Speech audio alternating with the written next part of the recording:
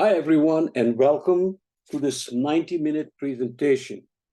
What I will provide you is an overview of a brand new qualitative method known as IPSE, developed by a team of medical professionals and researchers in France. It is yet another example of good evidence-based research that is quickly making its way into evidence-based medicine and practice.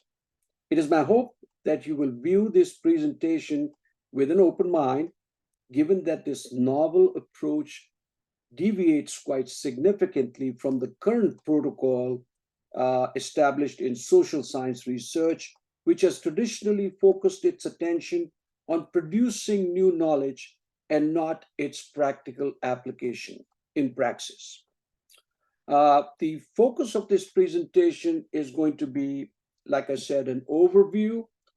It's certainly not designed to be an in-depth exploration of the IPSE approach, but I'd be very happy to work with you individually if you have any questions or concerns or are thinking of pursuing a doctorate and would like to consider using the IPSE approach. Feel free to contact me. So let me go to the first slide. Focus of this presentation. So the purpose of this presentation today is to provide an overview and not an in-depth exploration of the IPSE theoretical pillars, the processes, and philosophical underpinnings. It's important to understand not just the way a methodology works, but also its underlying philosophy. So given the complexity of this approach and the amount of material that I have in front of me to cover today, I may go through some slides fairly quickly, but yet spend some more time on other slides where I think sharing a personal narrative, sharing a personal story on my experiences might help illuminate the topic that I'm trying to cover today. So I'm not going to assume that you're reading all the slides as I'm going through them. So I will, at some point, go through the bullet points, but I'm hoping that as I'm working through these slides, that you're taking some time to understand the essence of what I'm trying to share with you. So let's look at what this overview is going to do for you is to provide you some sort of a broad-based outline of what IPSE is, what it stands for, and what can be achieved through that. What is the underlying robust philosophy of IPSE? It'll help you understand the critical importance of conducting research that not only produces knowledge for its own sake, but provides tangible outcomes for users and practitioners who are typically overlooked in traditional research. So let me take the example of my own doctoral research in 2014 at the Fielding Graduate Institute. The focus of my research was on understanding and exploring negative capability, which was a concept that was coined by the famous Romantic poet John Keats in England in the 1800s. So what was the focus of my dissertation? The focus of my dissertation was to understand phenomenologically what negative capability meant to participants. But the focus definitely was not how I could apply that knowledge that I may have discovered or did discover. So as you well know, and if you think about your own research, the focus always is on producing new knowledge so that you can demonstrate to the academy, you can demonstrate to your committee members that you have a grasp of your topic, that you did the proper literature review, that you understood the design, you collected data, analyzed data, etc., etc. And given a very few exceptions, the focus of research is not applied, okay? So it is not applied, meaning that you're not taking the knowledge thus created to make a difference in the lives of the participants that you're researching or participants that you're interviewing. So IPSE is a departure from that traditional basic research method. So it goes heavily into applied research, but not just any applied research. It is applied evidence-based research, and I'll talk about that in a second. So one of the goals today would also be to help you clarify some phenomenological research questions that are informed by constructivist grounded theory. Don't get confused by that. I'll talk about that a little later. We'll build a bridge together between theory, knowledge, and practice. So the goal here is to build the chasm or bridge the chasm, if you will, between knowledge and practice. Invite you to consider adopting the IPSE design for a future dissertation, for a future study, or share this with others that you might know who are contemplating entering a PhD program and would like an innovative design that really not only helps create knowledge, but also helps the people that are affected by your research or impacted by your research. So we want to all conduct research that makes a difference in the lives of participants and not just share pure knowledge out there for knowledge's sake. What is evidence-based research? Pardon me. Evidence-based research is the use of prior research in a systematic and transparent way to inform a new study so that it is answering questions that matter in a valid, efficient, and accessible manner. So before you embark on a new study, before you embark on new research, you need to provide a solid justification, not only to yourself, but also to your committee, that you're using the available scientific knowledge as well as the perspectives of end users. Let's look at that. Yes, you might say, yes, I do a literature review. I'm going through existing extant literature out there on the topic, on the phenomena that you're researching. But are you really looking at the perspectives of end users? End users meaning if you were doing a medical research, there would be your patients. If you're doing research on an organization, they would be your clients, etc. So we rarely think about the user. We only think about the knowledge that we are going to create. So the key method for doing both is to conduct what is known as a systematic review of earlier relevant studies. My friends, a systematic review is very different from a regular literature review. A regular literature review is, okay, so guys, go ahead and read the literature on your topic, see where the conversations are happening, etc., and come up with some literature, come up with some gaps. That is not what we call a systematic review. The systematic review comes from evidence-based research, which is the slide that I covered just now. So just remember, a systematic review of earlier relevant studies.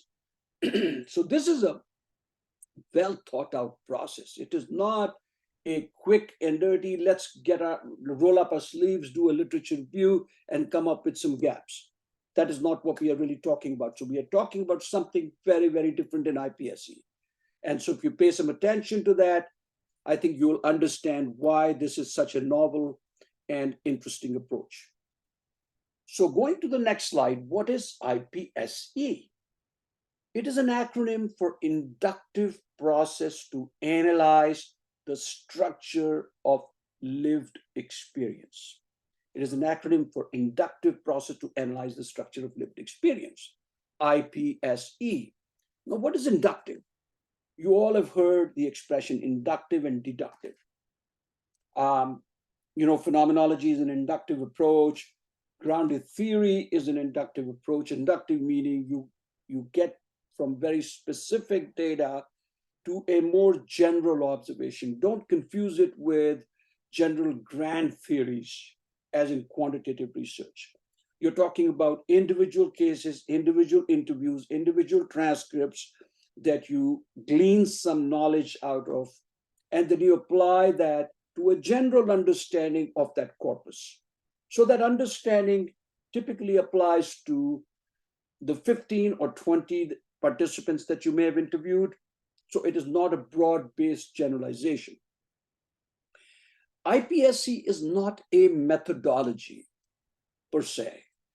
So don't think of IPSE as a methodology, but rather as a method and a turnkey approach to conducting qualitative data analysis and constructing evidence-based outcomes. So here's where I want you to pay some attention. So not only conducting a qualitative data analysis as you would in other research, but you're also constructing evidence-based outcomes. And more on that as I go along in this presentation. It was developed by Jordan Sibeoni, I hope I'm pronouncing his name right, and a team of French researchers. So I owe a debt of gratitude for this amazing protocol that Jordan and his team have produced in France. This work, my presentation, has been inspired in part by Jordan's work. And again, I cannot thank him enough for producing this wonderful and very robust and well thought out evidence-based research method. So it is an in-depth approach to analyzing qualitative medical data. So some of you might be wondering, oh my goodness, so it is all about qualitative research in medicine or qualitative based medicine or things of that nature. Just please know that while this was designed for medical research, it was designed for qualitative health research, for evidence-based medicine, which we call EBM.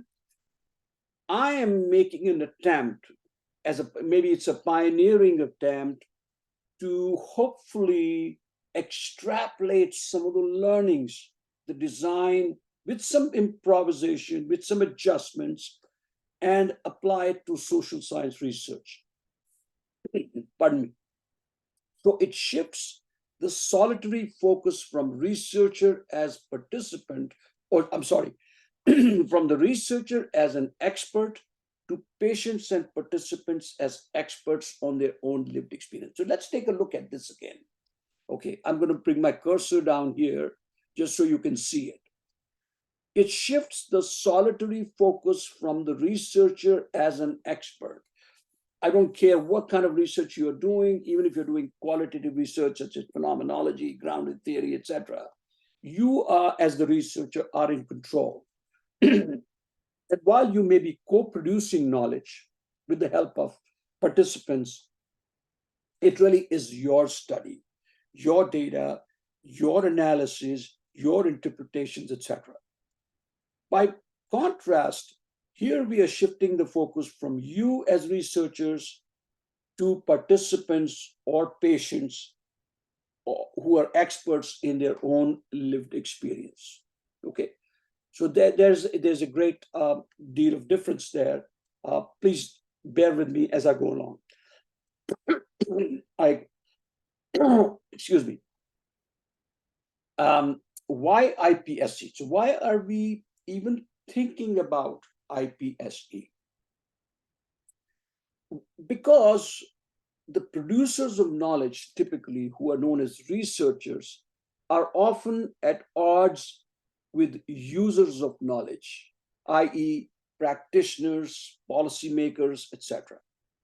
So we're all busy creating new knowledge, producing new knowledge, but the chasm between researchers and practitioners continues to grow and widen. And no real attempts are being made to narrow that chasm or to bridge that chasm.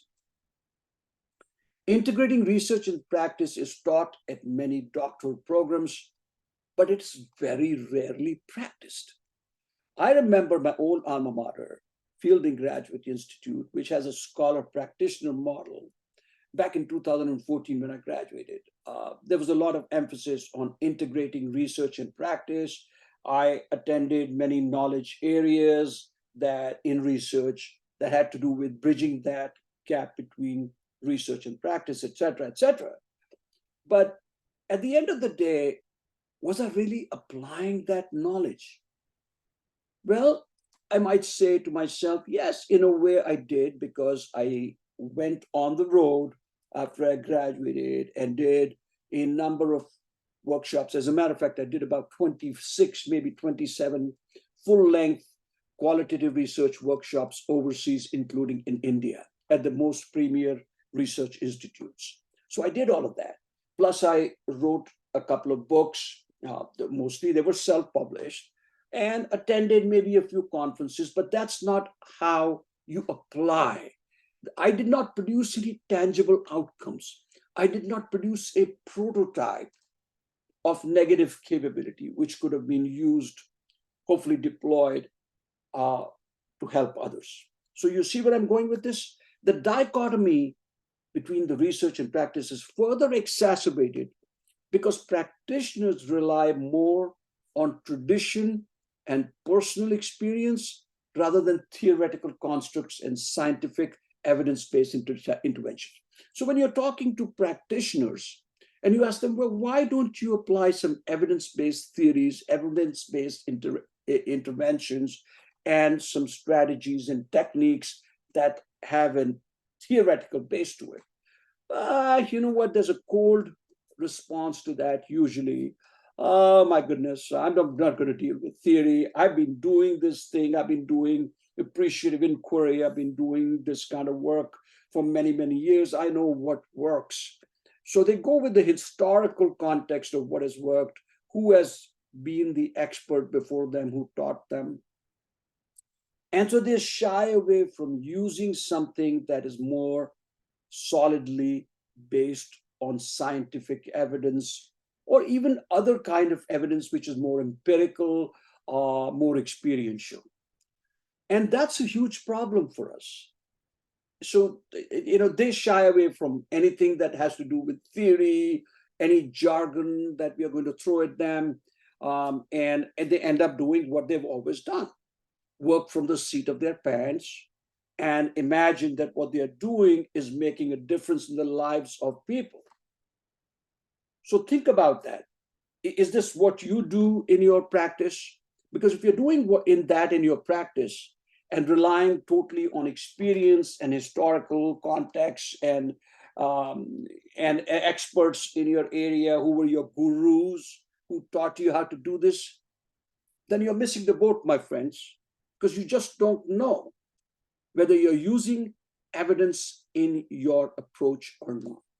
And by evidence, I mean evidence that has been gathered scientifically in a structured way, and not just somebody's intuition, not the flavor of the day, not something that worked for this company, so I'm going to adopt that and make it work for my company. That's what I'm not talking about that. So IPSE is a significant departure from traditional research because it shifts the focus from the researcher as expert to participants as experts on their own lived experience. Who better to have expertise than participants who are actually experiencing the phenomenon? And we sometimes forget. We cut them out in traditional research after the data collection phase. All right, we collect data from them, thick data from them, and based on the data, we do the thematic analysis, make some interpretations, do some phenomenological writing, and boom, lo and behold, our study is done. But where are the participants' voices? Yes, you might say, okay, so I highlighted the participants' voices in that. But did you produce any tangible outcomes for them? Did you make an attempt to make a difference in their lives? I think you know what the answer is. IPSE promotes a form of democratic research where all stakeholders have a say in the outcomes and interventions. Very, very important. So it's a democratic research process rather than a singular solitary researcher sitting out there designing the study, collecting data, recruiting participants, analyzing, interpreting, writing, etc., etc. Now the focus shifts to other stakeholders as well, who have some expertise in your area, and most of all, participants' voices now become center stage in your research. All right, so I know if you're getting confused up until now, some of your doubts will clarify as I go through this presentation. If not, we'll have other opportunities to talk about that and tease out all of these issues here. So what are the philosophical underpinnings of IPSE? It's a significant shift from producers of knowledge to users of knowledge. Okay, and I know I'm repeating that same concept, the same chasm I'm highlighting for you, because I want you to understand through my repetition that this is the essence of the IPSE approach. So a shift from producers of knowledge to users of knowledge, who are the participants. And I said in person-centered medicine, because that's where IPSE was dominant. Qualitative health research bridges the gap between scientific evidence and clinical practice. So far, there has been no medical qualitative research method specifically tailored to produce rigorous data from the lived experience of both patients and physicians to directly inform evidence-based medicine. This is a quote from Sibeoni et al., 2020. And as I said, Jordan Sibeoni is the principal researcher. And with his team, they came out with this wonderful approach called IPSE. The objective in IPSE is not to validate or invalidate somebody's lived experience. It is not to call into question the facticity, the factual nature of the experience. So we are not doing this research to understand whether somebody is lying or not lying. Everybody's experience is sacred. And it's all about gathering enough evocative data so that we can look at that data and form some tangible outcomes. It is a retrospective, past recollection of the experience. So we're not talking to patients and saying, what is happening now to you? We're asking them to reflect on a certain disease, a certain dysfunction, a certain condition, or in social science research on the phenomena that we are researching. We're asking participants to talk about what they experienced in the past. Because this thing often comes up, well, why not understanding the here and now of an experience or the present of an experience? The here and now, folks, is an elusive concept at best, because the moment I ask you what is happening in the here and now, or ask a participant what is happening in the here and now, as in what's happening in the present for you, what are you feeling, what are you thinking, what are you emoting? The moment that question gets done and the participant starts to answer that question, that moment has already shifted into the past. Because now, as the person reflects and starts to narrate that experience, that person is essentially narrating an experience that is already moved from the present into the past. So just understand that, all right? Theoretical underpinnings of IPA. There are three major theoretical underpinnings, and I don't want you to get confused about it, but those of you that have attended some of my presentations earlier on IPA, interpretive phenomenological analysis, which is a hermeneutic phenomenological approach, please know that IPSE is different from IPA.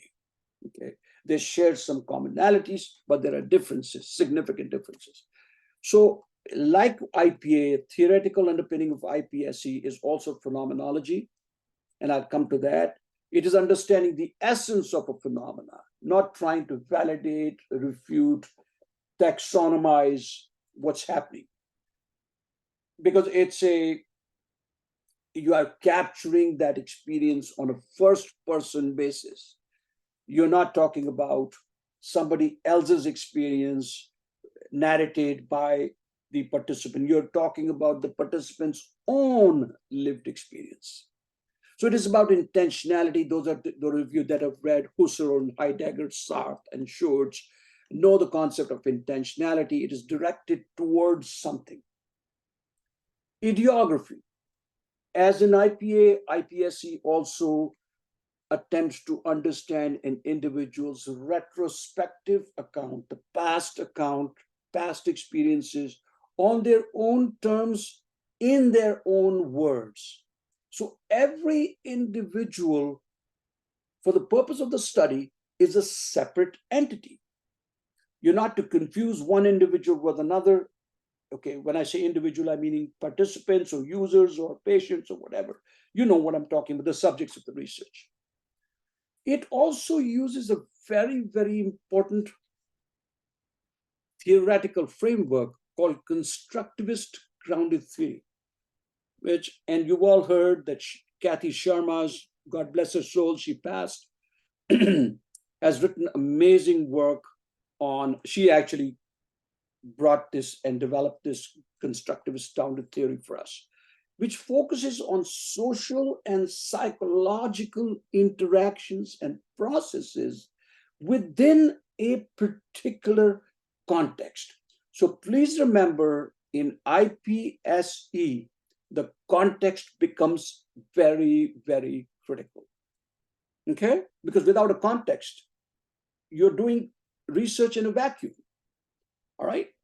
So please understand the context is important, the social and psychological interaction. So it's, of course, phenomenology has its roots in sociology. So some of you that are sociologists listening to this lecture will understand what I mean. The end goal in IPSE is to construct a conceptual model that describes social processes to produce a new theory or interventions or refine an existing theory. So what do we mean? Now, in traditional research, whether you're doing hermeneutic phenomenology or you're doing descriptive phenomenology, your goal was to understand the essence of the experience, to understand how that experience has been encapsulated within what they say, how you draw meaning, how you draw substance, how you make sense of what somebody is saying. But if IPSC were only about making sense, why even create a new model?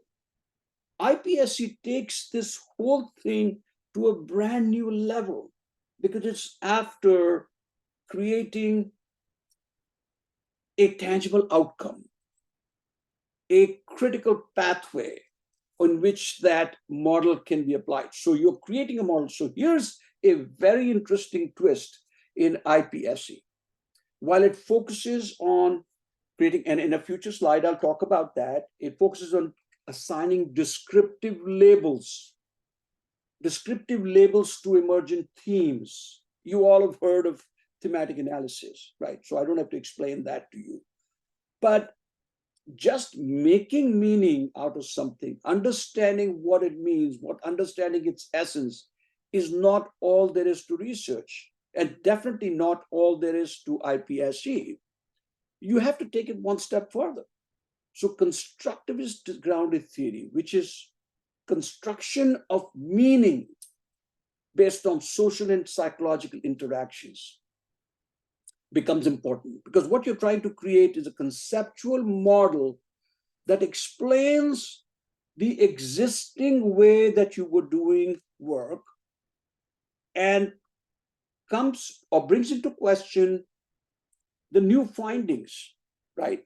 So you're creating a brand new model that either fits on the existing model, and if it fits into the existing conceptual model, that's fine. You can say, you know what, the medical interventions were working fine because all that we are getting back is almost pretty much the same answers. But if it deviates, and it probably more than likely will deviate from what was established earlier, or you would not be doing the IPSC approach.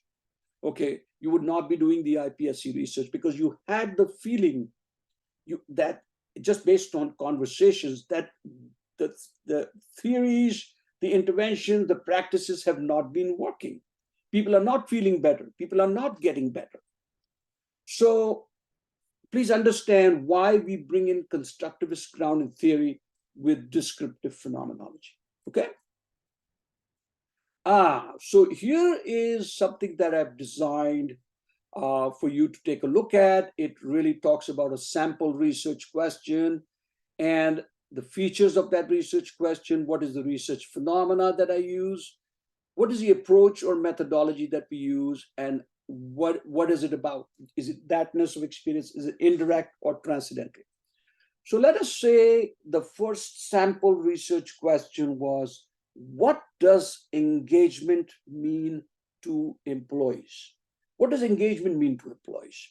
So as you know, under the features column, the focus of this question is on engagement as an indirect employee experience. Now, if you can see here, I'm not asking a employee, what does engagement mean to you per se? I'm just asking a generic question.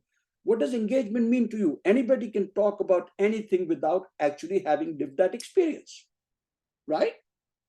So in this particular case, I'm asking the employee to focus on engagement as an indirect employee experience. I can also focus on a more direct experience without that person having lived through that experience. So the research phenomena in the third column is employee engagement, is it not? And the approach that you would use is phenomenology, because you're trying to understand the essence of the phenomenon. What does that phenomena mean to that person? Not how that person describes, defines, taxonomizes, etc. So the approach that we are using there is descriptive phenomenology. You are assigning labels. Of course, you're drawing some, and the descriptive phenomenologist would say that there is no interpretation happening. I do not totally agree. I think there is a level of interpretation happening regardless of, because sense making is an interpretive process. So phenomenology, you could use transcendental phenomenology, descriptive phenomenology, etc.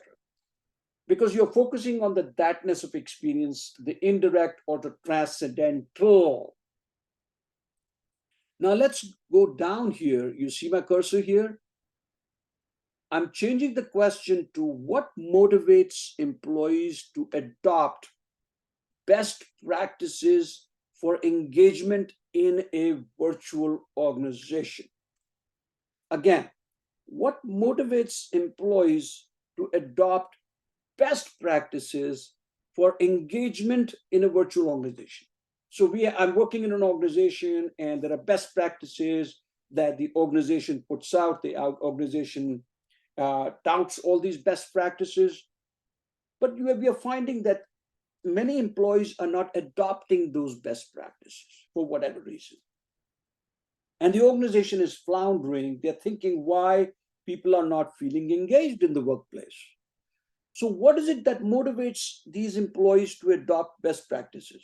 Is the subject of our research, is the topic of our research, is the question before us a research question. If you notice in column number 2, the focus is on social and psychological factors responsible for cultivating a culture of engagement in the context of a virtual organization. Remember, I was talking in a previous slide why context is really important. So that context really brings that question to life for us. Again, in the third column, it's the same employee engagement. Our phenomena is the same, whether in the situation 1 or situation 2, we have the exact same phenomena that we are looking at. Now, what is the approach or methodology? The moment you're looking at a question which is asking for factors, causality, motivations, processes, etc., you are looking at the realm of grounded theory. Because what is grounded theory? Grounded theory is about constructing a new theory or refining an existing theory. So there is a whatness of experience, the direct experience. If you notice, this is a direct experience. What motivates employees directly to practice engagement in a virtual organization? So there's a whatness of experience, which is ontological. Ontological meaning it is the nature of being. You've heard of ontological phenomenology, which is the domain of Heidegger. And Husserl's phenomenological approach was transcendental. Okay.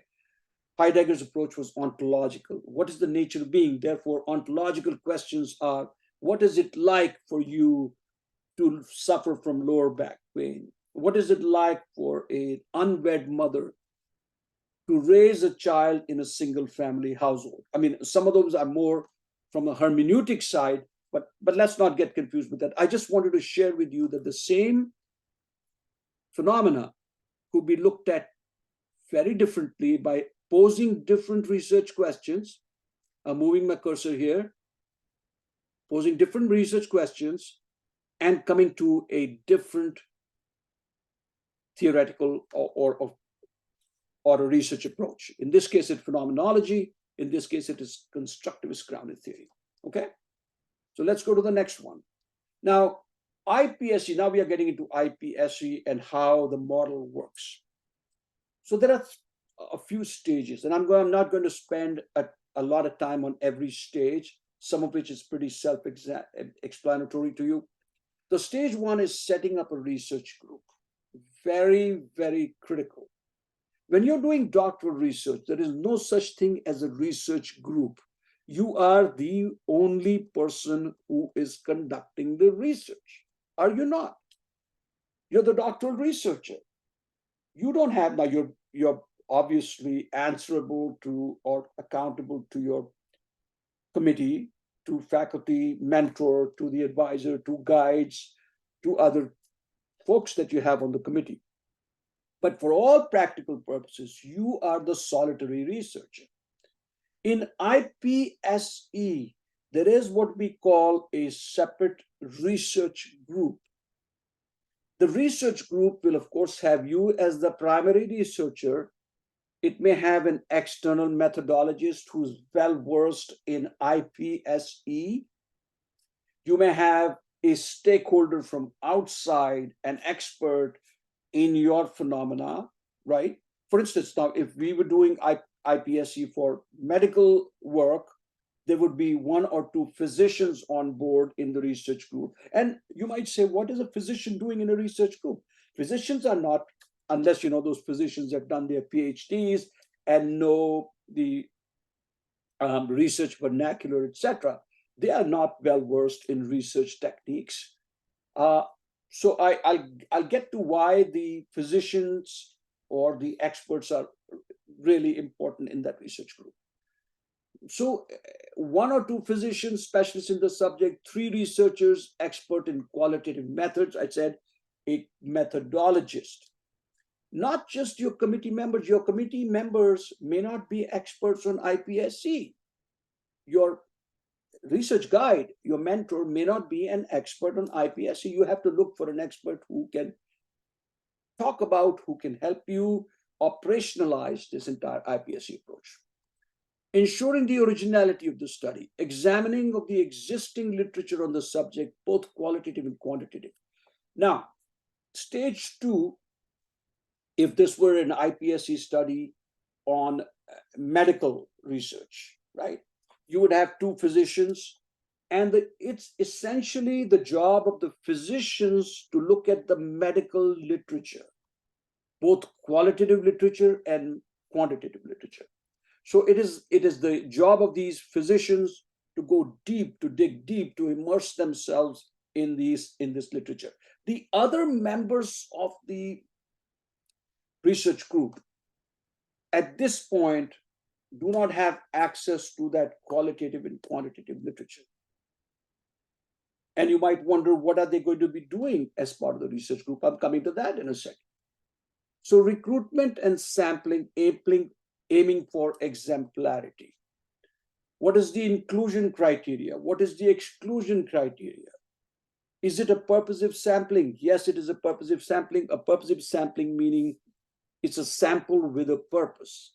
However, as I will discuss in a future slide, so I don't mind talking about it here also, what we are not looking for is a homogeneous group, everybody having the same characteristics. Unlike traditional research that you might have done, we look for heterogeneity. We look for differences because differences evoke richness. They bring creativity into the process. The sample size, typically, if you're doing an IPSE study, you're looking at about 15 to 20 participants for in-depth, semi-structured interviews.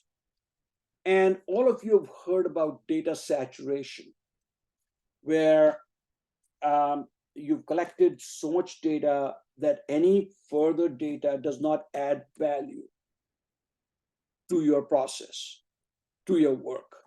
So at that point, you're satisfied with that. The authors of IPSE had some issue with saturation because saturation, again, is an elusive concept. There is no such thing as a certain point of data saturation, because if you kept looking, there will be more data that come out. So forget about data saturation. What they look at is theoretical sufficiency, that they use an expression called theoretical sufficiency. They feel that the theories, the frameworks that they have are sufficient for the purpose of the study, and they don't want to look beyond that. And I also talked about phenomenology and constructivist grounded theory as the two approaches that they feel are enough for them, sufficient for them. Data collection, accessing the experience. They use a variety of methods that you may not be very familiar with in social science research, as in photo elicitation. They'll show you photos, pictures, kind of thing, might feel like lab work to you, which a lot of psychologists do. But they use those approaches to elicit rich data, thick data. We call thick data as data that is voluminous, that is rich, that is evocative, that gives us an opportunity to go really deep into the experience. Semi-structured interviews are typically for 45 to 60 minutes. And a researcher's reflexivity is very, very critical. So now remember, if you were doing a doctoral dissertation, you're the only one. So your reflexivity is the only reflexivity that we want to talk about. What is reflexivity? All your unconscious, conscious processes, how you are impacting the research, how the research is impacting you, articulating clearly what your assumptions, biases, etc. are, and making sure that you keep them in mind. Stage 5 is data analysis, from the demonstration of the structure of experience to translation into concrete proposal. This, my friends, is the main capstone.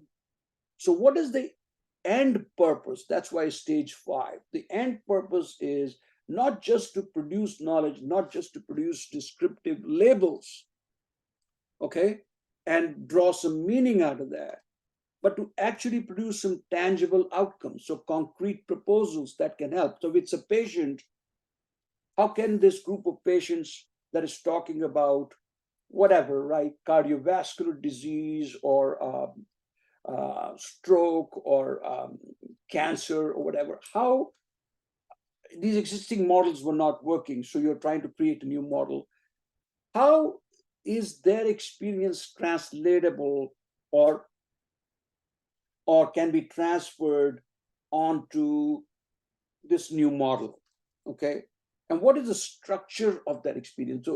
So understanding lived experience per se, understanding lived experience in and of itself is different from going deep into the structure of that experience, okay? And I'll get into that, because until you get to the structure of the experience, you're not able to translate that into concrete proposals, okay? And concrete proposals is very critical in IPSE. The end goal is to produce something that practitioners can take away, practitioners can use. Okay. Setting up the research group, IPSE research group designs call for the involvement of several individuals, not just the primary researcher. I just talked about that. Other individuals can be participants, physicians, stakeholders, and research methodology. Who's a stakeholder? A stakeholder may be somebody who has expertise, let's say a part of an NGO, and your research is pertaining to something that the NGO is involved in. And so you bring that person on board the research group as because you're trying to access his or her expertise. Research must transcend its own boundaries. Research by itself, in and of itself, has boundaries. So in IPSE, you have to be able to transcend, transgress, go across those boundaries and contribute to evidence-based practice. Because until you remain confined to the boundaries that are set up by research, you are not able to make a significant thrust into evidence-based practice. Okay. Patients with direct lived experience of the phenomena must fully participate in the research endeavor. So this is an important aspect. The patients or the participants in your case that are part of the research must have a say in the entire research process, and not just from the standpoint of data collection, which is typically what happens. You collect the data and then they're gone. All right. Any concrete proposals and recommendations must have the buy-in of participants and others involved in the research group. Again, any proposals, any recommendations, any outcomes that emerge must have the consensus of the physicians, the stakeholders, yourself, of course, as the primary researcher, maybe a methodologist, and maybe a stakeholder from outside, right? A policymaker, for instance, might be part of the research group. Challenges in setting up the research group. Identify. So one of the challenges that you're going to find that you're probably thinking about, oh my goodness, so how am I going to find these 4 or 5 other individuals? And once you get over the hump of, okay, not just the researcher, but other individuals as part of the research group, then you have to think about where am I going to find these individuals? And believe me, at the outset, it looks difficult. How am I going to involve participants? Participants are going to be reticent about, they're going to be reluctant to become part of the research. And even if those that are amiable and are willing to be part of your research team, what is the guarantee that they understand qualitative research or they understand IPSE? So that brings me to the next point, the need for training in not only qualitative research, but also IPSE. And you may find participants who already don't assume that you're the only researcher on the planet and has information about qualitative research and quantitative research. There may be researchers or there may be participants out there that also have this kind of information and knowledge. And with some training, with some indoctrination, if you will, although it's a strong word, but really you need to give them the structure of the qualitative research, but also IPSE. IPSE developers, when I say developers, the authors of IPSE, call for a heterogeneous research group. I talked about that in terms of culture, knowledge, sex, age, and occupation. It's very, very important to have a diverse research group, diverse research team. Physician experts on the team are more likely to make evidence-based recommendations in consultation with patients, research methodologists, and others. Even though your physicians may not have in-depth knowledge about research and the theoretical frameworks that you're working with, they couldn't care less about theories and all that. But because they are the ones, remember, who were given access to the quantitative and qualitative literature, they are more than likely to produce evidence-based recommendations in consultation with patients. They'll run it by the patients, other research methodologists on your team, and others that are also part of your research group. So understand the big departure from the traditional way of doing research is that you have to have multiple members in a research group. Now, as a doctoral student, you don't need to have like 10 people on a research group because the complexity increases manyfold when you have too many members on the research group. So you may have yourself, you may have an expert methodologist in IPSE, qualitative research, and you may have an external expert on your topic, okay? Because your external methodologist may not be an expert on your study phenomena. So somebody who's an expert, who has the expertise, who has practiced that phenomena, who knows that phenomana's pros and cons, etc., can give you value-added advice, should be part of the group. Multiple perspectives and heterogeneity of the group members serve to enrich the research. The reason you have heterogeneity of the group members is to enrich the research, because it's a novel way of doing research. Physician experts of the team are more likely to make evidence-based recommendations in consultation with patients, I just talked about. From qualitative health research to social science research. So I've been tiptoeing between medical research and social science research, but let's look at this. What was my purpose of this? My purpose was not to provide more knowledge to the medical field, right? A lot of work already is going on in the medical literature and medical field. So I'm not trying to add to that. My purpose for this was to expose social science researchers who are not involved in applied research to take this and run with it and probably try to adopt this new study design. So IPSE was primarily designed, as I said, for medical research with evidence-based medicine in mind. With some modification and improvisation, IPSE may be successfully deployed in social science applied research.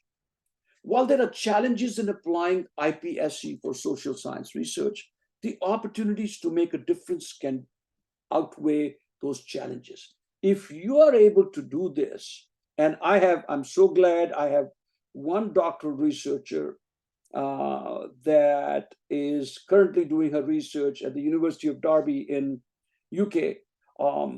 She has been so fascinated with this research protocol that she has already talked to her supervisors about it. They are open with some, they have some guarded caution, they have some questions, but we are together working through those questions. So she may well be my very first student who will do this IPSE, and hopefully not the last student. So I would hope that some of you listening to this lecture will approach me and want to understand more about IPSE and to see if IPSE may be a good fit for you.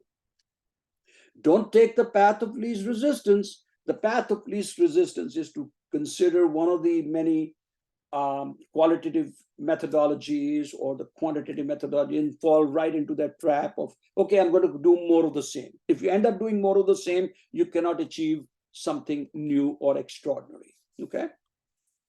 So involving participants as co-researchers. Why involve participants as co-researchers? When I say co-researchers, I'm meaning co-analysts, okay? Research teams are often reluctant to involve people with lived experience in the data analysis because of time and resources needed to make their involvement. And we're very fortunate to have in my LinkedIn network, Laura Hemming, whose work I'm citing over here. This is from her paper. And she talks about the real constraints that people have, the constraints of time. It's a time-consuming process, the resources needed, the convincing needed, the logistical challenges with involving participants with lived experience on your team. Involving people with lived experience on the research team provides new and fresh alternatives that may otherwise be overlooked by a researcher. So folks, if you're able to make this breakthrough, you will have created a marvelous applied research study that, unlike other studies, which is all about collecting new knowledge, your study will produce new outcomes, which can be applied in practice. So bringing participants' voices center stage often means that the analysis will adequately reflect the needs of end users, not just researchers. So remember, as I'm emphasizing, the needs of end users is critical here, not just researchers. The researcher has to get into the background a little bit and allow those voices to emerge. All right. So again, Laura Hemming and her team make these recommendations when you're thinking about involving participants on the research team. Allow ample time and financial resources. You're going to have to provide some financial compensation to those that are coming on board your research group. Usually it's not a lot, but it could be about 15 pounds per hour or something, and you can manage that if you have some funding that's available from the university, or you can obviously self-fund it. Recruit 2 or more contributors. She's talking about 2 or more contributors, so I said 4 or 5, depending on. So there's no hard and fast rule of how many contributors to the research process you must have. But involve contributors from the start and empowering them to challenge the researchers' views. You must allow them, must inspire them, must motivate them to challenge your views. Because if there is no challenge to your views, it's going to end up being more of the same. Be flexible. Ensure ethics applications are done in advance, because once you adopt the IPSE methodology, or method, in this case, I stand corrected, it's not a methodology, it's a method. But it may become a methodology. Who knows down the road? But it's important for your ethics applications to reflect this new and novel study design. It's a new study design that has to be approved by your ethics committee. Involve contributors in reflexivity exercise. I don't have to explain reflexivity to you, but involve the group members, the research group members in that exercise. Identify training needs early on and provide training where necessary. It's very, very critical to involve them in training exercises. Training both in qualitative research where needed and also in IPSE. Okay? Now, IPSE interviewing and data collection, I'm going to go through this quickly. It uses a small corpus, typically 15 to 20 patients. The emphasis is on diversity and multiple perspectives. I already talked about that. Emphasis on the co-creation of knowledge with the researcher and participant, both playing an active role in the semi-structured in-depth interview. This is not new. You all know that knowledge is being co-created. But IPSE goes beyond the co-creation of knowledge. It goes to the point of co-recommending or co-practicing that. So you're providing co-outcomes, meaning whatever you're providing has the buy-in, has the input of those other members. Researcher assumes a hands-on, paradoxically bilateral relationship with the participant, impacts as impacted by the participant. The paradoxically bilateral means anytime you're researching and doing in-depth, semi-structured interviews, you're being impacted by the participants' accounts, and the participant likewise is also being impacted by your narratives, by your accounts, by your questioning. Okay? Beginning the IPSE data analysis, the creators of the IPSE protocol, Jordan Sibeoni, etc., call for a two-step approach to data analysis. Number one, individual work by members of the research group. So members of the research group, let's say there are, I'm just saying for the sake of discussion, let's say there are 4 members, including yourself. Each member is working on this individually. What is the this I'm talking about? When you're collecting, you've done the interviews, you've taken their input in the interviews, etc. The data are being collected, they've been transcribed. So you would allow each group member to just simply look at, so you don't give them 5 transcripts to do, 10 transcripts to do, 20 transcripts to do. it would inundate the heck out of them. So give them maybe one, maybe two, okay? And the second step is collective pooling of the data analysis to provide rigor and room for multiple voices. So I'm going to talk about that in a second. This may help reduce researcher bias. The complexity of the IPSE protocol may be compounded when doctoral researchers choose to use this design. Very, very critical. So right now, I'm talking about medical professionals, studies that have been funded by outside medical boards, etc., universities. But what if your study is all funded by yourself? In my case, my entire doctoral study was funded by me. And what if it is just self-funded, but you don't have enough funds? So that can be a bit of a challenge. It can be a time-consuming and expensive method involving multiple parties in the research. So when you have more than, it's hard enough sometimes to self-manage yourself as a singular researcher on a doctoral study. What about having three other egos, four other folks working with you? All right. So there has to be a lot of management that has to occur, okay, if you had to make this a viable alternative. Okay. All right, so this is the thematic analysis chart that I had designed for hermeneutic phenomenology, and which can and should be applied when individual researchers on the research group are making their own thematic analysis. When they're looking at the transcript, well, you've got to give them how to go about. You may train them, but part of the training is giving them a structure on how to go about this. So I'm not going to go into details, but this stage 1 through stage 6 is how you would look at each transcript using the left-hand margin and the right-hand margin and cluster them into themes and expressions, and how to make some sense out of that. So if some of you want to reach out to me later, I can certainly offer you this this structure, this flow chart, and I think it'll be very helpful to you. So when we form the research group, we have this available to each of those researchers so that they can follow a process. It's difficult to just go off the top of your head. How do you look for themes? It's hard enough for researchers to do it. Can you imagine people that are novices, new to research?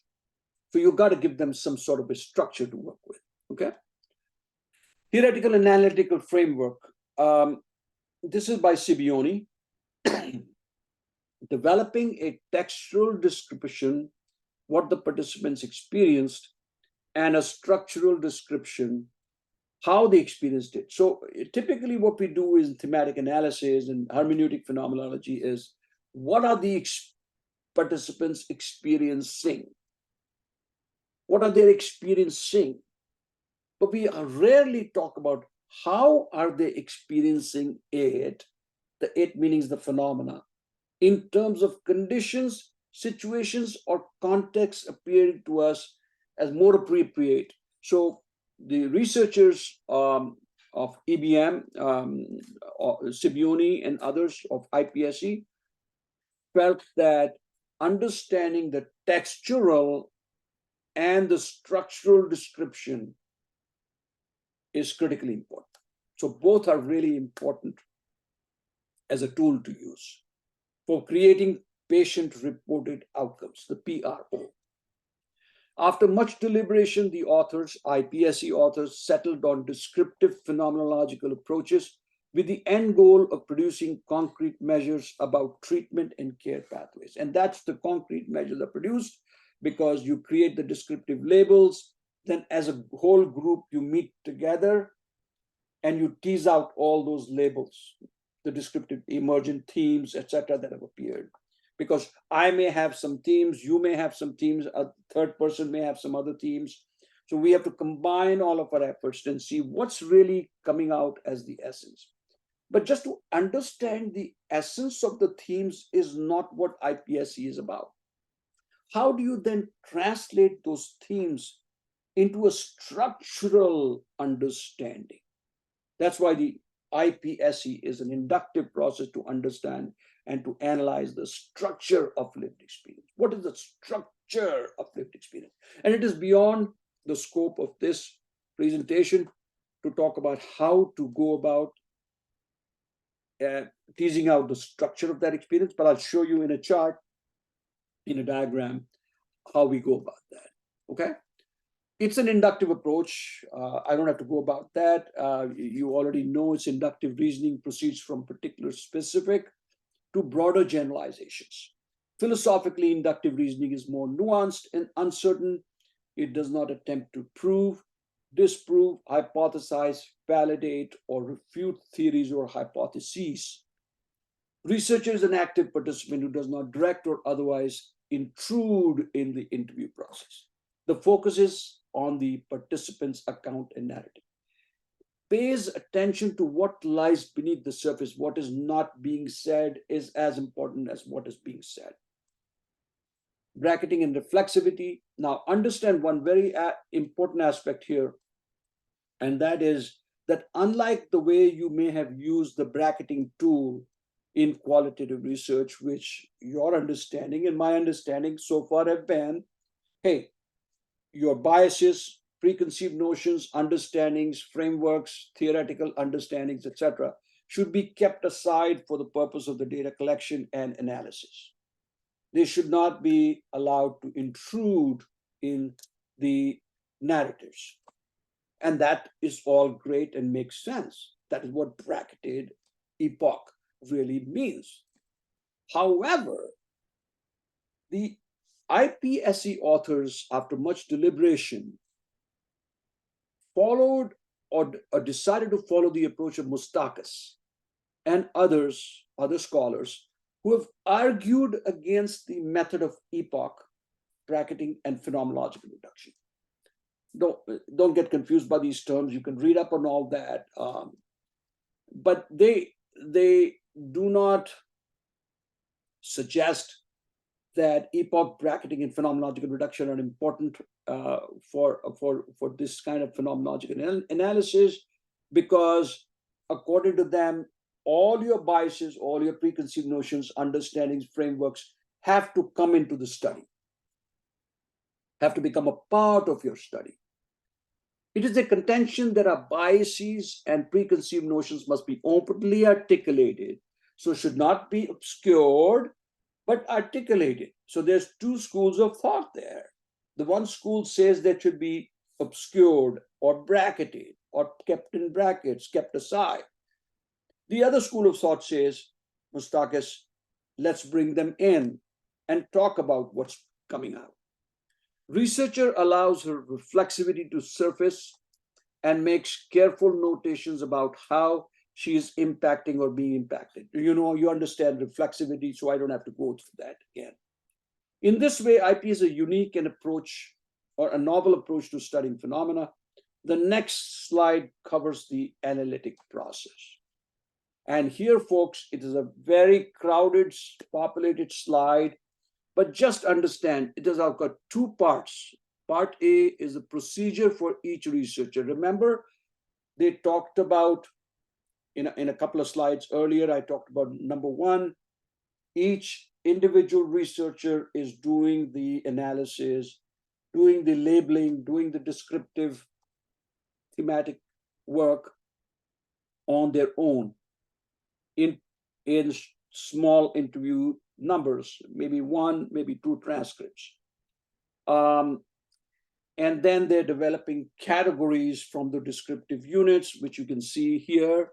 Moving my cursor here, this is where I'm at. Please follow this, which is A, and this is B. A is procedure for each researcher, okay? So listen to and read interview 3 times each. So we assign those interviews to those researchers. We tell them to read the interview 3 times each, complete text of the interview, word for word exploration. They have to go, and that's why we give them only 1 or 2 interviews. They have to go word for word, tease out word for word what is being said. And from that form some descriptive units, right? Descriptive units are just key expressions that you form. But then upon closer examination, you may find that those expressions can be regrouped into descriptive units, which it says right here, right? These are descriptive units. These are categories, regrouping of descriptive units, repetition of the procedure for each interview. So here it's called slicing this. Here it is regrouping this.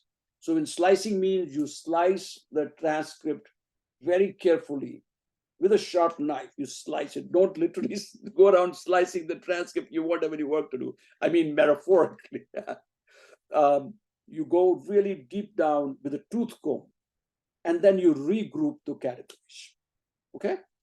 And then you form the categories. So you have this to report individual. Now remember, you don't have access to the literature yet. Now, when I say you, as the primary researcher, if you are doing a doctoral study, you obviously have that access to your literature. But the other team members do not yet have an access to the literature, other than the two physicians, if this were a medical research.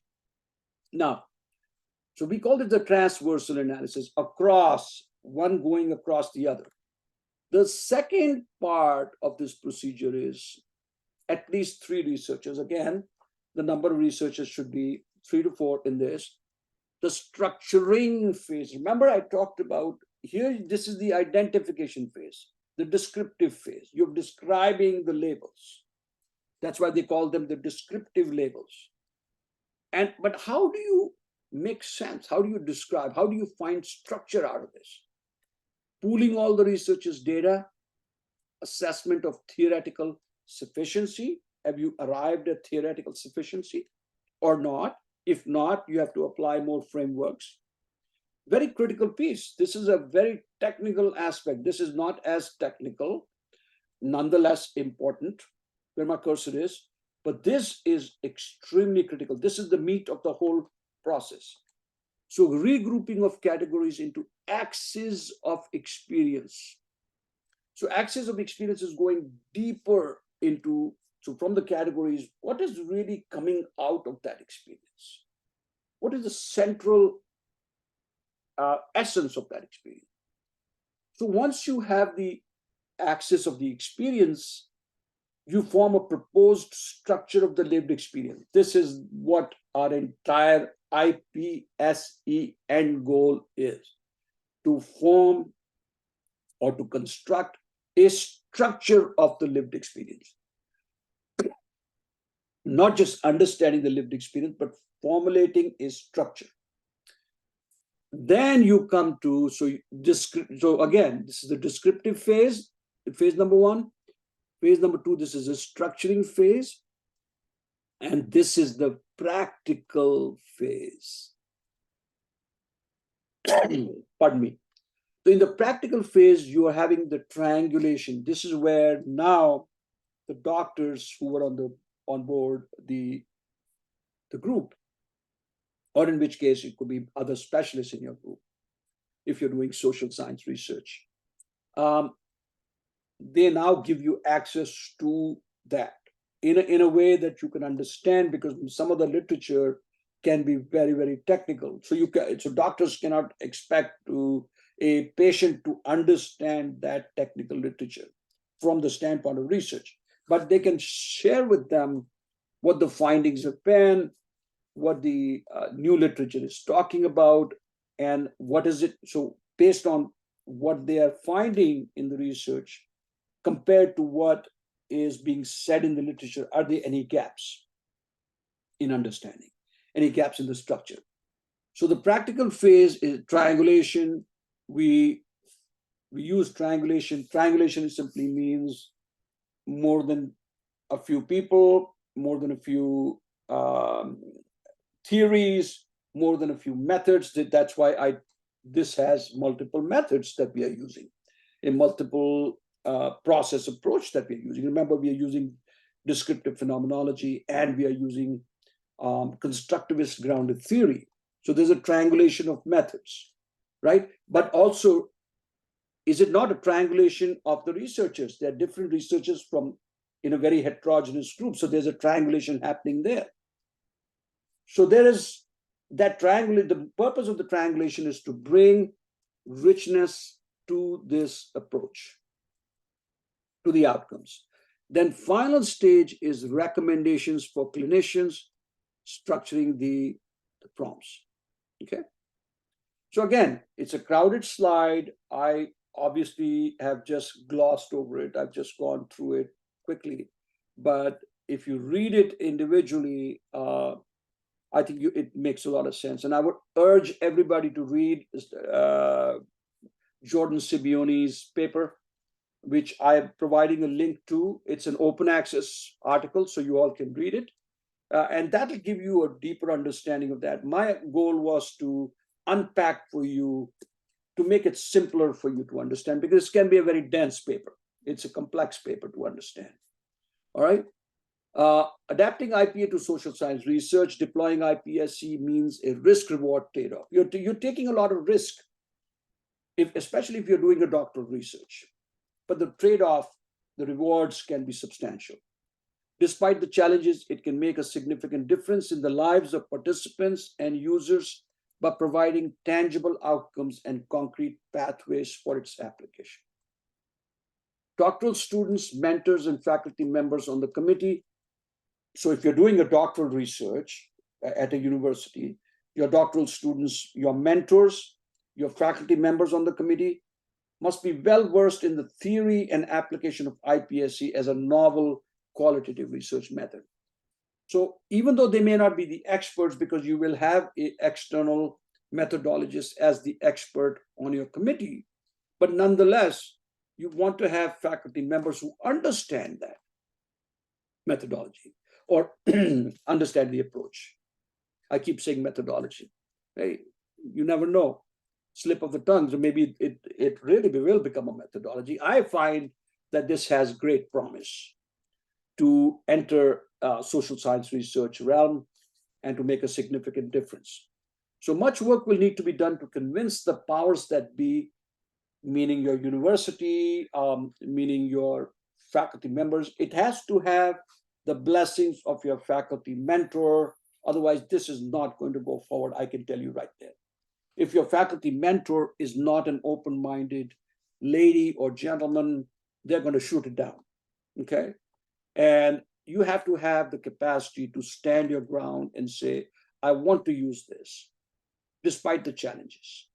As my friend Michelle from University of Derby is doing.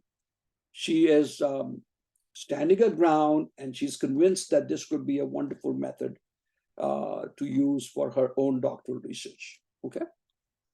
So phenomenological writing, I'm not going to go through this. This is just when you get to the end of it, how do you write the study? But first, even before writing the study and understanding the nuances, it's very important for you to understand how to conduct the study, right? And how to find the outcomes, how to find the pathways, how to make sense of what you're doing, both philosophically and structurally. Okay. Again, I'm going to leave this slide here for just a little bit longer than my other slide, so you can take a screenshot if you want of my contact information. My email is here. My LinkedIn profile is here. Some of you that are already connected with me on LinkedIn already know who I am, so I don't need an introduction. But others that are not familiar with it, with me, with my work, can certainly reach out to me on LinkedIn and connect with me. My YouTube channel, I have a fully dedicated YouTube channel of my lectures, seminars, conferences, symposia, etc. And I provided the direct link to my YouTube channel. I believe I have 36, maybe 35 or 36 lectures there on a variety of topics like developing research questions, IPA, phenomenology, critical phenomenology, descriptive phenomenology, all of that, a lot of stuff. It hasn't happened overnight. It's happened over the years. Okay. So again, I hope you can take a screenshot of this. That's why I kept it on for a couple of seconds more. Please feel free to reach out to me. I usually respond very quickly. Now, if you're a doctoral student and you are looking for my coaching academically, feel free to contact me and we can talk about this, whether IPSE makes sense for you or you can use a more traditional approach to doing it. So with that, I want to end, but before I end, I have to be here on this slide to show you readings and references, okay? So all your readings and references, that the papers that are referenced are all here. Some of them have direct links that you can go. All my 3 papers first listed, it just means because my last name spells with B, so that's why I come up on top. There's no other reason. Mine are not the most important ones, but they're all available on Sage preprints journal. So all 3, you can see the links are available here. You can see Laura Hemming's paper is reachable at this link. You can also see the Sibeoni paper, the authors of the IPSE. There is the last one, the last reference. And if you just copy and paste this, it should take you right there. It's also an open access article, which is amazing. And this is again an open access article by Lund et al., Journal of Clinical Epidemiology, evidence-based research series.